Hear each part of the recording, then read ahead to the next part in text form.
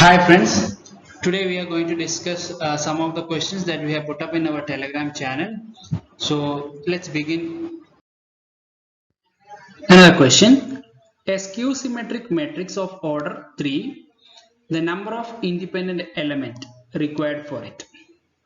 Now, what do you mean by skew-symmetric? A transpose equal to minus A. This is what is called skew-symmetric matrix. Here you have an example. The skew-symmetric matrix will have the diagonal elements 0 and D, E, F are the independent element, and minus D, minus E and minus F depends on the D, E and F.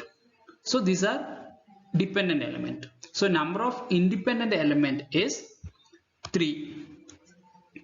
Here you have a formula for finding out the number of independent element in skew symmetric matrix, n into n minus 1 by 2. For symmetric matrix, the formula is n into n plus 1 by 2, where n is the order of the matrix. Here Aij for skew symmetric matrix is equal to minus Aji.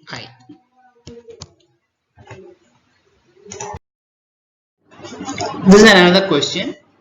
D is the diagonal matrix of a square matrix A of order n. Which of the following is not true? Now, this is the given matrix A. And what is a diagonal matrix? Diagonal matrix means the matrix formed by the eigenvalues of the given matrix. Suppose x, y and z are the eigenvalues of this matrix. Then this is how your diagonal matrix looks like. The diagonal elements are x, y and z, which are the eigenvalues of the matrix A. Now from this you can see that the eigenvalues of the diagonal matrix are x, y and z. So the eigenvalues are same. Now eigenvalue of a diagonal matrix is diagonal elements. So this is what we just discussed now. Now determinant equal to product of eigenvalues. Now find out the determinant here. The determinant of A, determinant of D matrix is x, y, z, while that of A is also x, y and z, because the both eigenvalues are same. Now what is trace? Trace is equal to sum of the eigenvalues. So A plus B plus C, this is what is trace of A, which is equal to x plus y plus z. Okay, that is for the matrix A. And for the matrix D, what is the trace? X plus y plus z, which is also sum of the eigenvalues. So the determinant is same and the trace is same. Here the eigenvectors, it can be either same or not, but you don't have any details about this. Okay. Now two stationary point particles with equal and opposite charges are at some distance from each other. The points having zero potential lie on. This is an IIT JAM 2020 question. So here is an electric dipole. The question is on electric dipole. So this is the point where you get zero potential, because all the points are at equal distance from positive and the negative charges. So how about this? If I draw again a perpendicular along, assuming that this is x-axis and this is y-axis and this is z-axis, again you get many points such that the electric field or electric potential at this point is 0. Sorry, electric field is not 0 there. Now again at this point also you will get so many points where electric potential is 0. Again you can, if you rotate, keep rotating it, what you get is a plane where electric potential is 0. So your answer is a plane. Here is another IIT JAM question where in a photoelectric effect the power of the light source is doubled. Which of the following statement is correct? Now let us understand what you mean by power being doubled. More power means the amplitude increase. Amplitude increase means intensity will increase. Intensity of the light beam will increase. This is what exactly the question is. For then, when intensity increases, more number of photons. When more number of photons means more number of emitted electrons. Okay, so this is what when light source, power of the light source is doubled, this is what happens. These things will get doubled. Okay, now what happens to the stopping potential? Stopping potential depends on work function and the frequency of the incident light. That means stopping potential, we can write the Einstein's equation. Kinetic energy is equal to h nu, that is the energy of the incident light, minus phi, which is the work function. Now energy is equal to, in terms of stopping potential, we can write E times Vs, where E is the electric charge, electrons charge. So kinetic energy will not change as far as h nu and phi do not change. So this electric charge is also constant, which means Vs is constant. So your answer is stopping potential remains constant.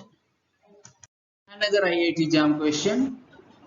A particle moving in a central potential, which of the following statement is correct? Now, for a central potential or particle moving in a circular orbit, you know that angular momentum is nothing but mvr. So we can write r cross p. This is r vector and this is p vector.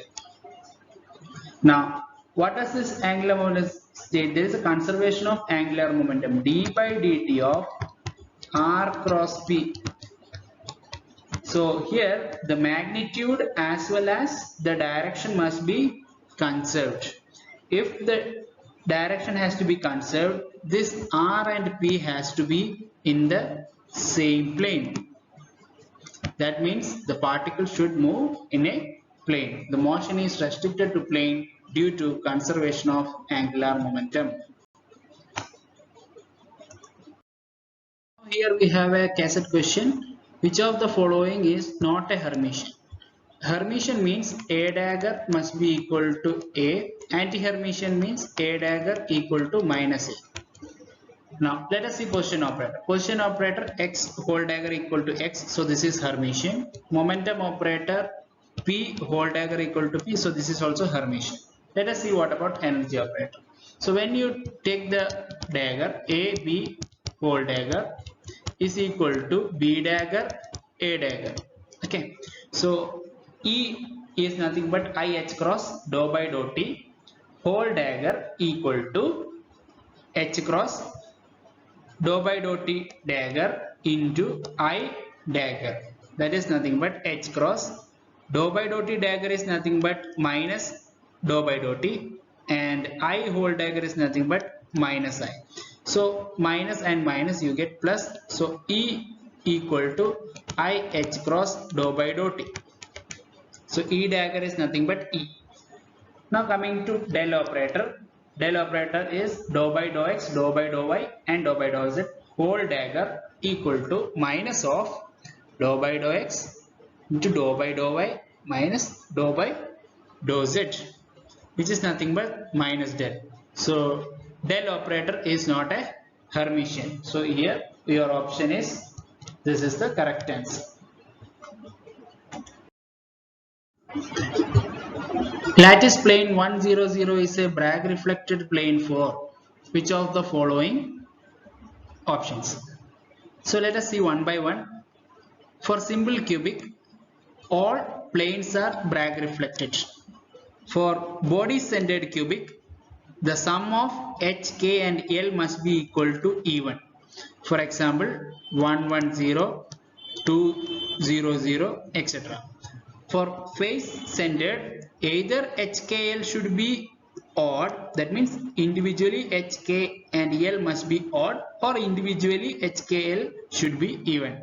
Examples are 1 1 1, 2 2 2, or 1 3 1, 0 2 4, etc. Okay, so your answer is simple cubic only. De Broglie wavelength of proton and alpha particle are same. So de Broglie wavelength h by p, which is equal to h by mv, are same. So let us put them into equation. H by mv1 equal to h by 4 times v2.